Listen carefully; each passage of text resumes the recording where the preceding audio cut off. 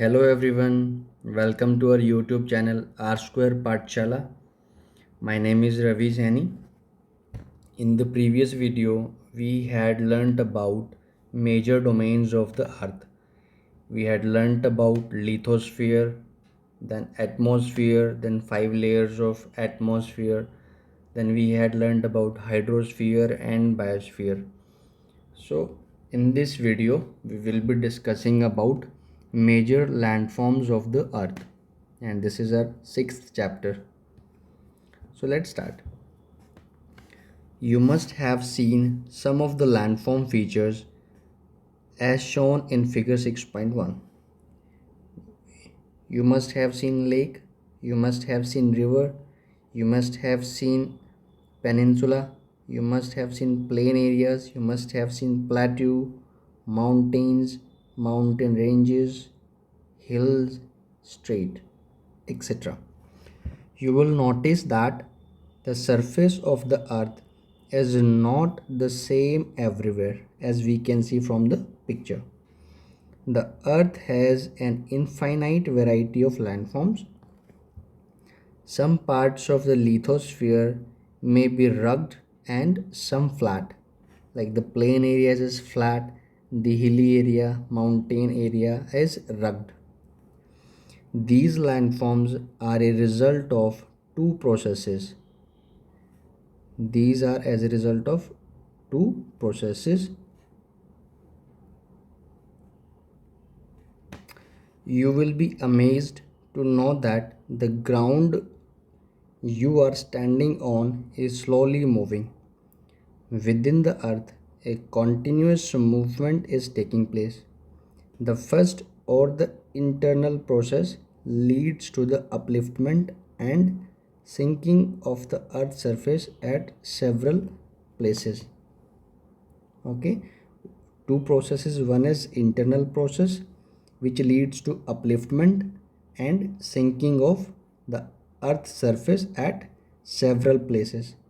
The second is external process, is the continuous wearing down and rebuilding the land surface.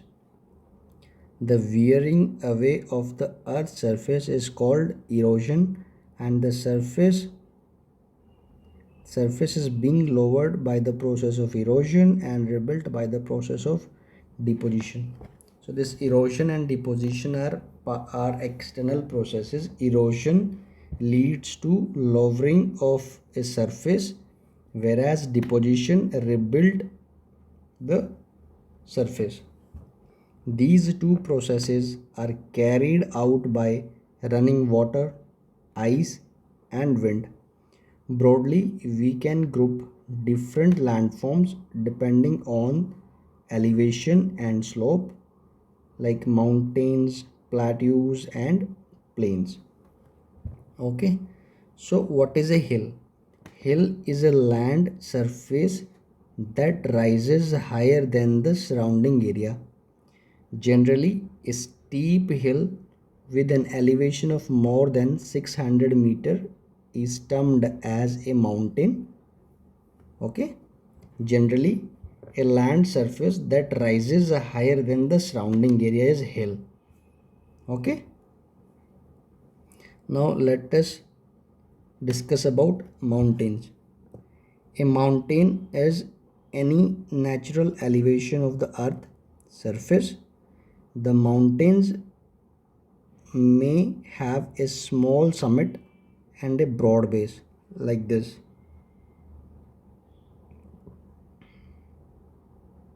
This here we have broad base and here narrow summit. It is considerably higher than the surrounding area. As we can see, this is plain area, this is much higher than the surrounding area. Some mountains are even higher than the clouds. As you go higher, the climate becomes colder. As we have seen in the layers of atmosphere, as we go upside, the temperature decreases, the climate becomes cool. In some mountains, there are permanently frozen rivers of ice. They are called glaciers. There are Some mountains you cannot see as they are under the sea. Because of harsh climate, less people live in the mountain areas. Since the slopes are steep, less land is available for farming. Now what it is saying in case of mountains. So some mountains are under the sea. We cannot see because it is under the sea. And since the mountains are of very great height, the climate of the mountains is very harsh. So in this harsh climate, people living in the mountains are very less. So since slopes are steep, less land is available for farming. Then mountains may be arranged in a line known as range. Mountain system consists of a series of parallel ranges extending over hundreds of kilometers, like the Himalayas, Alps, Andes are mountain ranges of Asia. Like Himalayas are in the shape of like this, from northwest to northeast. Okay, so Himalayas in Asia, Alps is in Europe, Andes is in South America, the longest mountain range of the world. Okay, mountains vary in their heights and shape. So Mauna Kea in Hawaii in the Pacific Ocean is an undersea mountain. It is higher than the Mount Everest, being 10,205 meter high. Mount Everest is 8848 meter height, and the Mauna Kea, which is under the sea, that is having height of approximate 10 kilometer, which is higher than the Mount Everest. Okay, now there are three types of mountains. One is fold mountain, then block mountain, and the volcanic mountains. The Himalayan mountains and the Alps are the young fold mountains with rugged relief and high conical peaks. The Aravalli range in India is one of the oldest mountain system in the world. The range has considerably worn down due to the processes of erosion. The Appalachians in the North America and the Ural Mountains in Russia. Appalachians in the North America and Ural in Russia have rounded features and low elevation. They are very old fold mountains. Then block mountain. In case of fold mountain, see this figure. So what happens in case of fold mountain? One force is acting here, one force is acting like this. So it's basically a compressive force. When a compressive force acts, the portion between these two forces that try to lift up. Okay, similarly this is, suppose this is a layer, one force is acting here, second force is acting here. When this compressive force will act this, it will try to shape like this. So this is folding upwards. That is why they are known as fold mountains.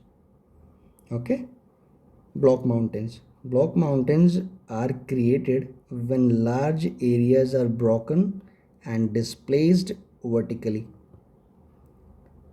The uplifted block are termed as host. This uplifted part is known as host, and this lowered block is known as graben. Okay, the Rhine Valley and the Vosges mountain in Europe are example of such mountain system. What happens in this case? In case of fold mountain, the forces was of compressive force like this, but in case of block mountain, what happens? The force is of opposite nature, means force is pulling the landmass. As a result of this, fractures develop between the landmass. As a result, the portion between two blocks tries to lower, and this portion remains upside. So this type of features develop. So this is block mountain.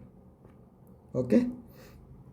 Volcanic mountains are formed due to volcanic activity.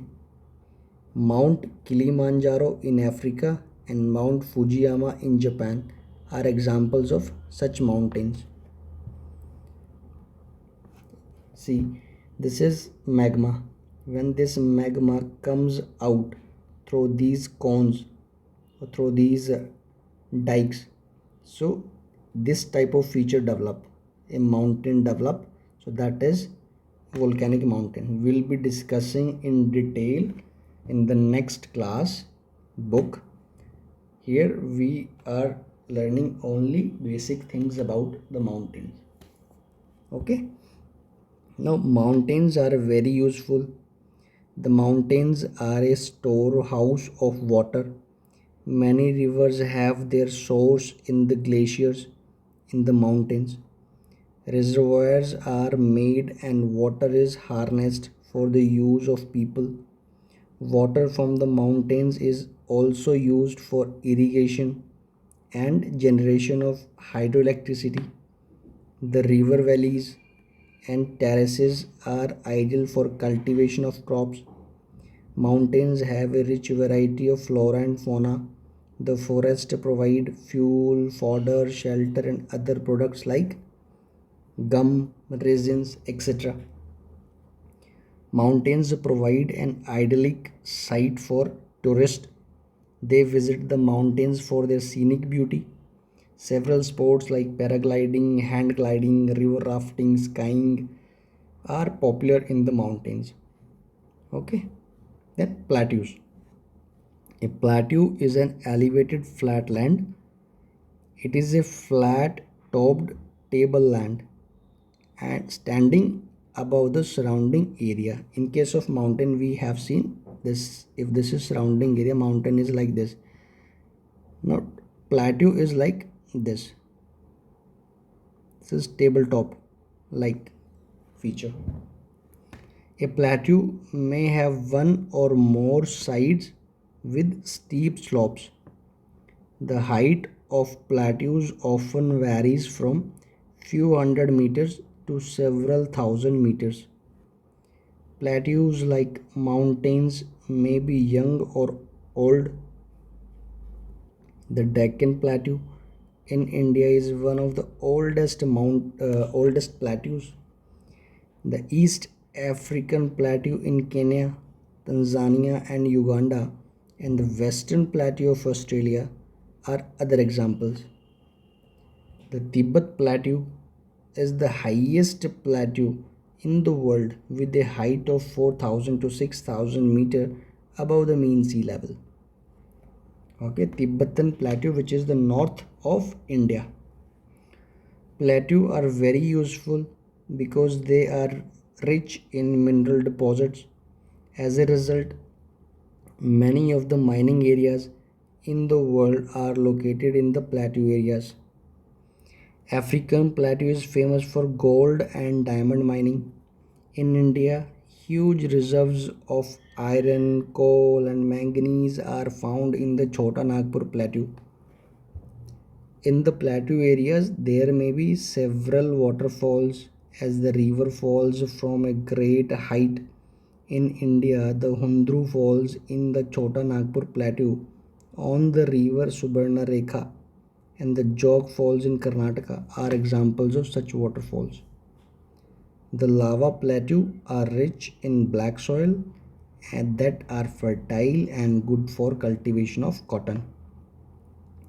Many plateaus have scenic spots and are of great attraction to tourists. So we have learnt about mountains, we have learnt about plateaus. Now we'll be discussing about plains. Plains are large stretches of flat land.